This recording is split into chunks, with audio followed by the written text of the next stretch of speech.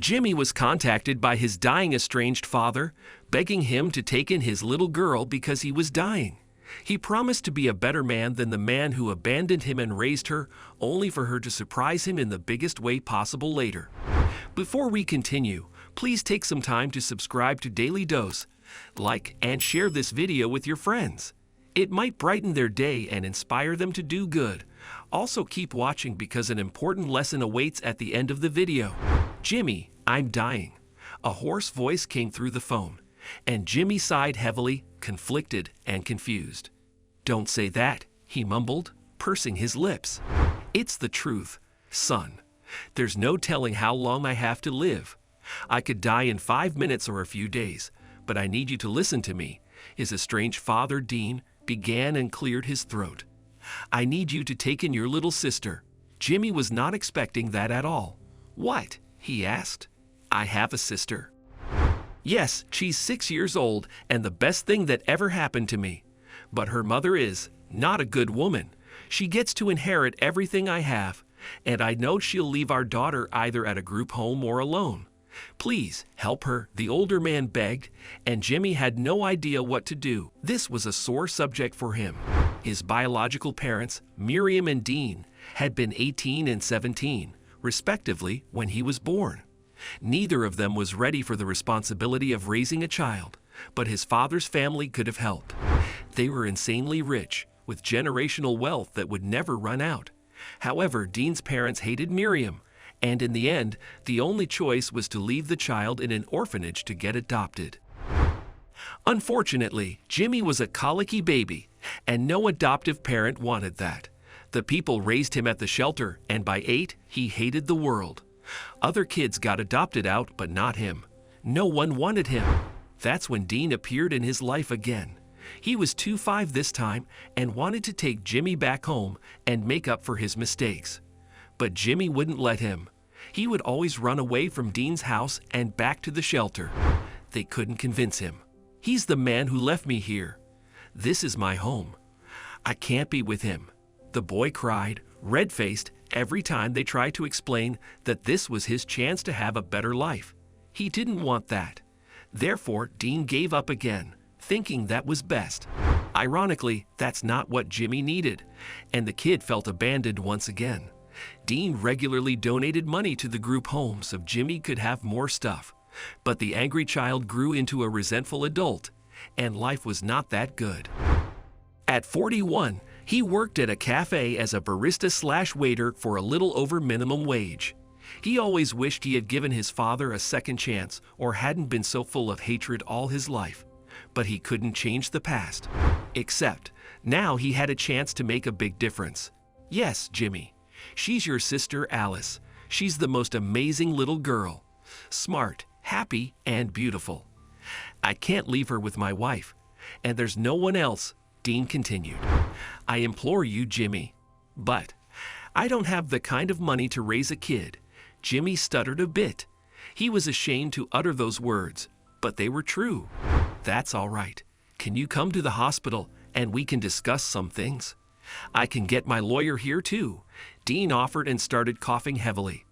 Okay, I'll go there, Jimmy said quickly and hung up. Unfortunately, his father died before he arrived at the hospital, and there was no time to arrange anything or talk to Dean's lawyer. Jimmy didn't know what to do. He had nothing to offer a little girl, but he could at least meet her at the funeral. His late father had been right about his wife. The new widow soaked up all the attention at the funeral, wailed like a soap opera actress, and ignored Alice the entire time. The poor girl was alone and had no one to comfort her while she cried. Jimmy could easily sympathize with her. He talked to her for a little while. I'm Jimmy, your big brother. It's nice to meet you, he introduced himself. Jimmy? Dad talked about you. It's nice to meet you too. I'm Alice. She looked up at him with her sweet, guileless eyes, and Jimmy immediately wanted to shield her from the world's cruelty. Sadly, he didn't have a chance to talk to her more. Alice, let's go, her mother said in a snippy tone. Wait, Mrs. Perkins, I'm Jimmy. He stood up and tried to stop his late father's widow from leaving quickly. Yeah, I know, but don't expect anything from me. I will not give you any of my money. You only get whatever he left you in the will," the woman said, her upper lip raised in disdain. "I don't want anything, but Dad did call me right before. He said, 'I don't care. Please, don't bother me again.'" The woman interrupted him, pulled on Alice's arm, and walked away quickly. Jimmy thought her gesture said she wouldn't give up on Alice either, and thought it was for the best. However, a few days later, the group home where he had grown up called him. They had Alice. She abandoned her daughter. Jimmy asked, shocked. "Dad told me she would, but I didn't think he was right." "Well, she's here, and some families might be interested in her. But you're her family.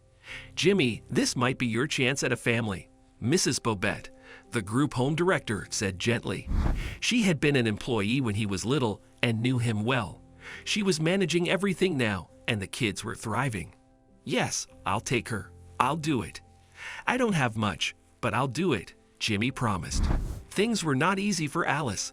She was dealing with losing her parents and her original lifestyle. She also had to adapt to Jimmy's tiny apartment and lack of fancy gadgets. But kids could adapt quickly to that. The worst was that Jimmy was not prepared to live with someone. He had been alone for many years, and now he was essentially the father of a 6-year-old. It was daunting, scary, and complicated for many reasons. Jimmy enrolled her in school, but she had to stay at the cafe while he worked. She did her homework and colored around on one of the empty tables. Fortunately, his manager was a mom and understood his situation, although she didn't like Jimmy much. Jimmy was the clumsiest employee, but he made good coffee and was punctual, which is why he still had a job there, even after dropping trays and hitting himself often. He even spilled orange juice on a customer that day, and the customer was about to make a scene when they heard Alice's cute laughter. Jimmy and the customer looked at the little girl, and somehow the tension eased. "I'm sorry, ma'am," he repeated, "and I'm sorry about my little sister laughing. It's the first time she's laughed since our dad died." Those words obviously moved the woman, so she nodded and tried to dry her shirt as best she could. "It's all right. I'm sorry for your loss. Anyone can make mistakes when grieving, but it's nice to hear a child laughing cutely," the customer said. They didn't charge for her food, and she left with a smile. Jimmy sighed that nothing terrible had happened and grinned at Alice. It was all because of her. Raising her wouldn't be so hard. Maybe she was her good luck charm. Life was not easy for either of them. Alice caused trouble like many kids, and Jimmy was trying to get a promotion at work, so he was busy. But they tried their best. They had dinner, movie nights, and outings to the park, and he was always there for her school functions. By the time she turned 13, Alice was independent. She could cook her food and was part-timing at the coffee shop next to her big brother to earn pocket money. There was only one problem Jimmy never expected: boys. Alice grew into a beautiful teenager, and all the boys at her school and neighborhood loved her. He had to shoo them away, which annoyed her to no end. "Hey, I liked Luke," Alice would complain. "He's not good enough for you." Jimmy would shake his head. "Who is? You chase away all my friends who are boys," she whined. "Maybe a prince. I don't know. In any case, you're too young for a boyfriend. You have to focus on school and get into college." Jimmy continued, not feeling an ounce of guilt about his actions. Fine. He never thought he would become that kind of father figure, but there he was. He loved her and had not been lying. The only man who would ever deserve her was a prince or someone with a bright future, not the scoundrels in this neighborhood. At 18, Alice got a scholarship and went into a local college, so she left their home. Jimmy couldn't have been prouder of her. Alice treated him like a father by then, although she always called him by his name. She visited him often, and they talked on the phone about everything. At 20, Alice told him she had a big surprise for his 55th birthday, and Jimmy thought it might be the segue he had always wanted since it came out. It's like walking on air. Jimmy gushed when the ads started appearing. Alice would always laugh at him. "You're going to be a crazy grandpa running people over on a Segway," she giggled. "Hey, in my day, I was great at skateboarding. I bet I can handle it," he joked, and they forgot about it. They didn't have the kind of money for that. Naturally, he didn't expect anything truly big from Alice. She was a college student, surviving on her scholarship. He had tried to save for a Segway on his own, but there was always some emergency or issue that took precedence. It was life. But Alice came home with a huge box that needed to be carried in with a dolly. Allie dear, when you said a big surprise, I didn't think you meant that it was actually huge. Jimmy said, smiling. His heart skipped a beat. Open it, she urged, clapping. Jimmy took a knife, opened the lids, and looked inside. Then he burst out in deep, joyous laughter. You're going to need that, old man. Alice laughed with him. It wasn't a Segway. It was a walker, and Jimmy couldn't stop chuckling. It was hilarious, and technically, Alice was right. He was getting older, and although he didn't need it now, he might use it in the future. Thank you, Alice. It's great, he said and hugged her. Okie, put on your jacket. We're going somewhere fun, she said. Where? He asked, grabbing his jacket from the coat rack. You'll see. Alice started and shrugged. I have an actual surprise for you. Cool, he replied, and they left the apartment. You bought a car? Yep. Wow, Ally. I'm so proud of you, Jimmy said, and they got in. It's so cool. Thank you. Now put on some good tunes on the radio because we're going on a long ride, she said with an intriguing tone. After 2 hours of driving, they reached Ocean City, Maryland. It was a place Jimmy had always wanted to visit because he loved the ocean. It was a resort town with exciting nightlife and many tourists. Thank you, Ally. This is amazing. Let's eat somewhere great. My treat, Jimmy suggested, taking in the view from the car window. Nope, we have somewhere to be first. Alice sing-sang and continued driving. Jimmy shrugged. He was fine with whatever. Eventually, Alice stopped the car in front of a cute little bungalow house right in front of the ocean. Ah, man, this is the dream. What a view, Jimmy commented as they got out of the car. Right. Wait until you see the view inside your new house, Alice commented. Yeah, what? He frowned suddenly and turned to his sister. To his surprise, she held a set of keys and pointed toward the house. No. Yes, this is your real birthday present. Alice yelled cheerfully. What? Alice, that's impossible.